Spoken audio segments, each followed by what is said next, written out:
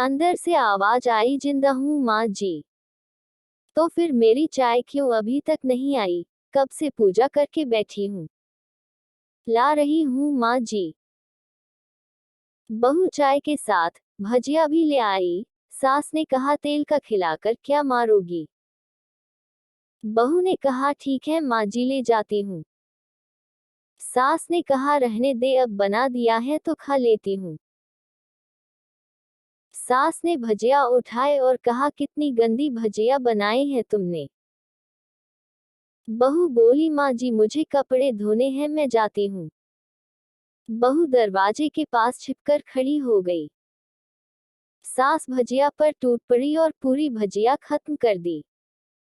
बहू मुस्कुराए और काम पर लग गई। दोपहर के खाने का वक्त हुआ। सास ने फिर आवाज लगाई, कुछ खाने को मिलेगा क्या? बहू ने आवाज नहीं दी। सास फिर चिल्लाई, भूखे मारोगी क्या? बहू आई सामने, खिचड़ी रख दी। सास गुस्से से, ये क्या है? मुझे नहीं खाना है इसे। ले जाओ। बहू ने कहा, आपको डॉक्टर ने दिन में खिचड़ी खाने को कहा है, खाना तो पड़ेगा ही।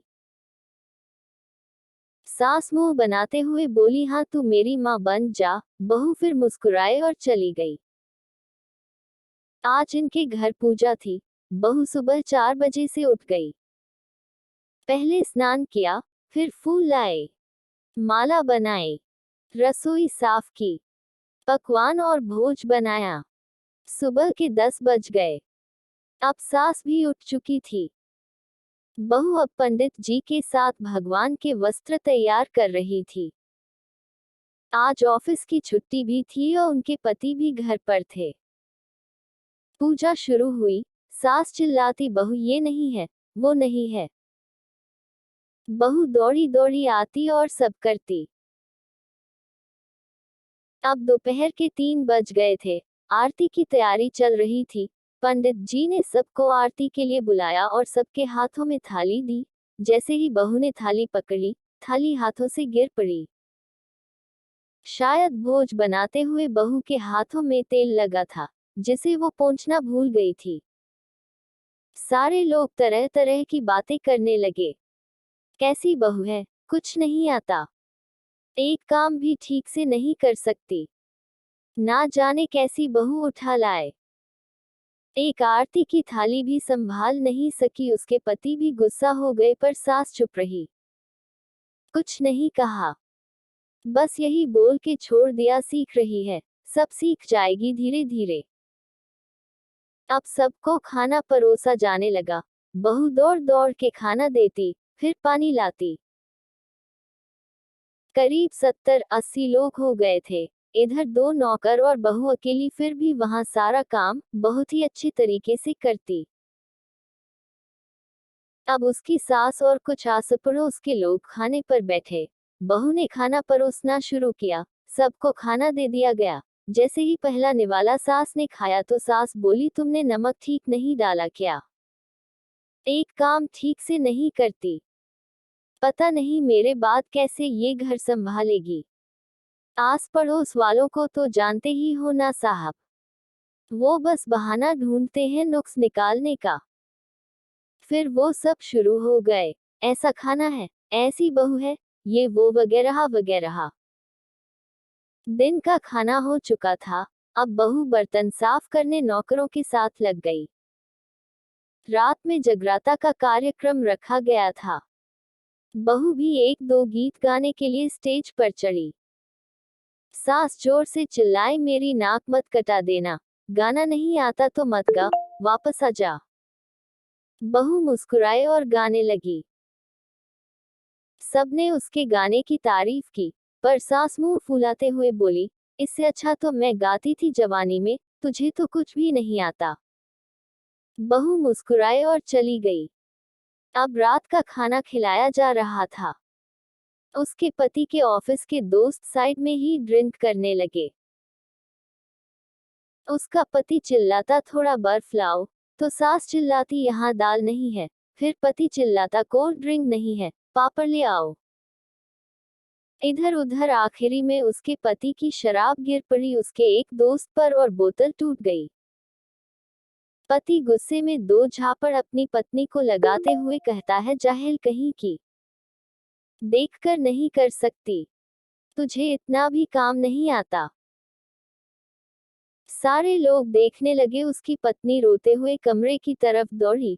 फिर उसके दोस्तों ने कहा, क्या यार, पूरा मूड खराब कर दिया, यहाँ नहीं बुलाया होता, हम कहीं और पार्टी कर लेते।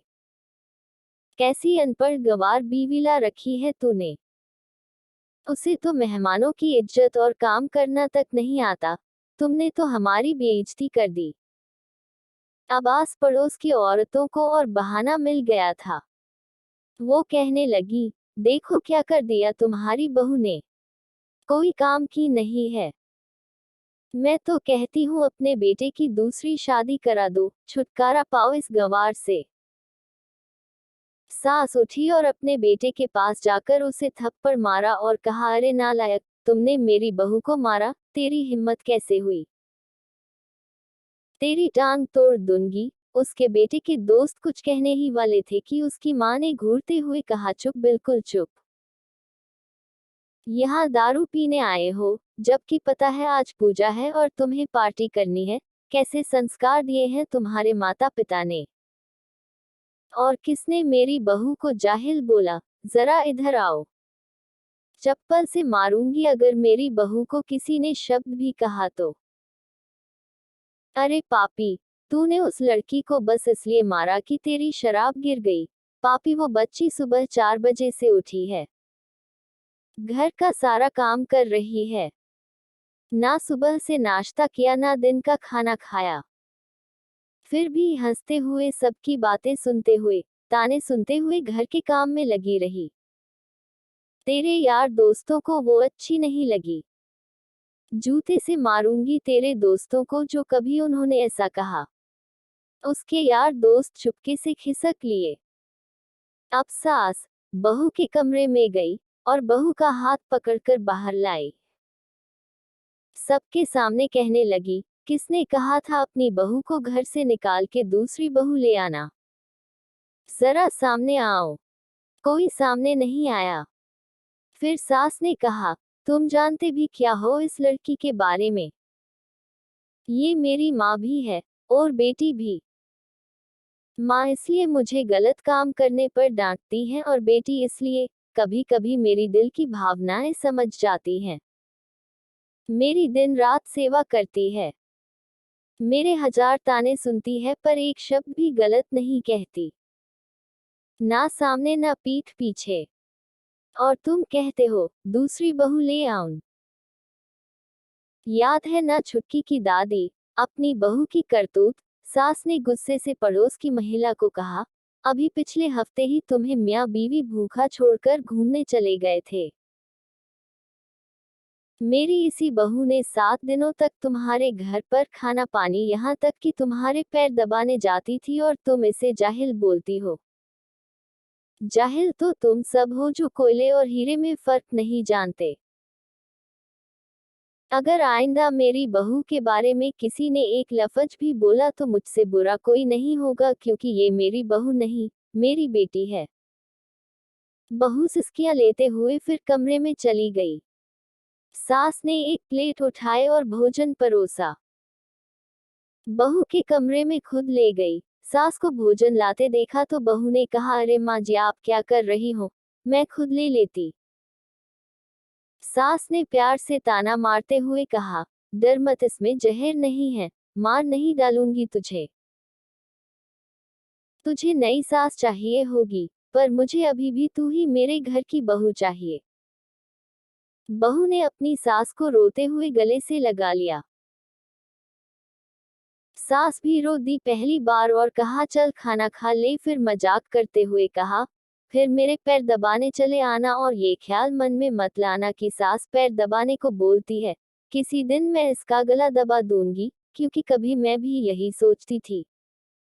दोनों खूब हंसने लगती हैं। कहानी कैसी लगी कमेंट में जरूर बताना। अगर कहानी अच्छी लगे तो लाइक और शेयर करना ना भूले, और अगर आप चैनल पर नए हो तो चैनल को सब्सक्राइब कर लेना। वीडियो देखने के लिए आपका दिल से बहुत धन्यवाद।